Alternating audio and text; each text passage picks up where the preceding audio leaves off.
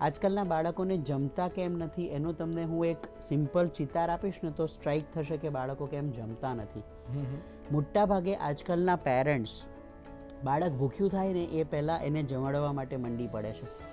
બાળક ન જમે તો પાછળ ફરે છે, નાટક કરે છે, ઘણી વખત ફોર્સ કરીને પણ જમાડે છે.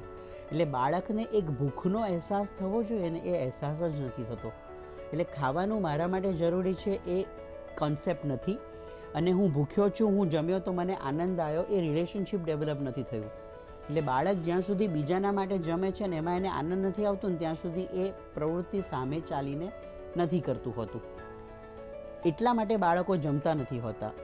એટલે હું હંમેશા પેરેન્ટ્સને એવું કહું છું કે તમારું કામ સરસ ફૂડ બનાવીને ઓફર કરવાનું, જમવાનું કામ બાળકનું છોડી દેવાના, આપમેળે જમતા થઈ જશે. આપણે એવી રીતે જ શીખ્યા છીએ. સો સ્ક્રીન ટાઈમ 0 till 2 years, 2 થી 6 વર્ષની વચ્ચે અડધોથી પોણો કલાક એવા પ્રકારનું એન્ટરટેનમેન્ટ હોવું જોઈએ અથવા તો કોઈક એજ્યુકેશનલ પ્રોગ્રામ હોવો જોઈએ કે જેમાં બાળકની સાથે પેરેન્ટ બેસીને સ્ક્રીન કરે છે. કારણ કે ઘણી વખત કેવું છે, બાળકનું મગજ અલગ ચાલતું હોય, એ જે જોવે એને પરસીવ કેવી રીતે કરે છે એનો ખ્યાલ નથી આવતો. એટલે it should be a screen time with parents for half an hour to 45 minutes up to 6 years. 6 વર્ષથી તમે ટીન નથી થતા, 12 વર્ષ સુધી, ત્યાં સુધી તમે એને લગભગ 1 થી 1.5 કલાક સુધી કે 2 કલાક સુધી જઈ શકો. પણ એમાં 45 મિનિટ્સ એન્ટરટેનમેન્ટ અને 1.5 hours it should be education. After ten, may be 12, 13, 14, screen ટાઈમનો એવો કોઈ ફિક્સ ક્રાઇટેરિયા નથી હોતો.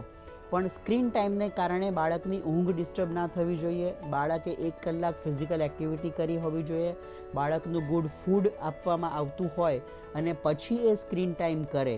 અને છતાં હું એવું તો કહીશ જ હજી પણ કે ટિલ 18 or 17 તમારા બાળકને સ્માર્ટફોન જેમાં ઇન્ટરનેટ છે એ તો ન જ આપો. આપણા અમદાવાદમાં ઢાલગરવાડ છે, આપણને સૌને ખ્યાલ છે કે જ્યાં બહુ જ માણસો બહુ જ ખરીદી કરતા હોય છે. 3 વર્ષના બાળકને આપણે ઢાલગરવાડમાં એકલું મૂકીને આવતા રહીશું કોઈ દિવસ? તો 14 વર્ષના બાળક પાસે સ્માર્ટફોન વિથ ઇન્ટરનેટ છે, તો આપણે એ બાળકને એવો એક્સપોઝ કર્યો છે કે જેમાં તમે એને એકલો છોડી દીધો છે, જ્યાં આખી વર્લ્ડ એની ઉપર ટાંપીને બેઠેલી છે.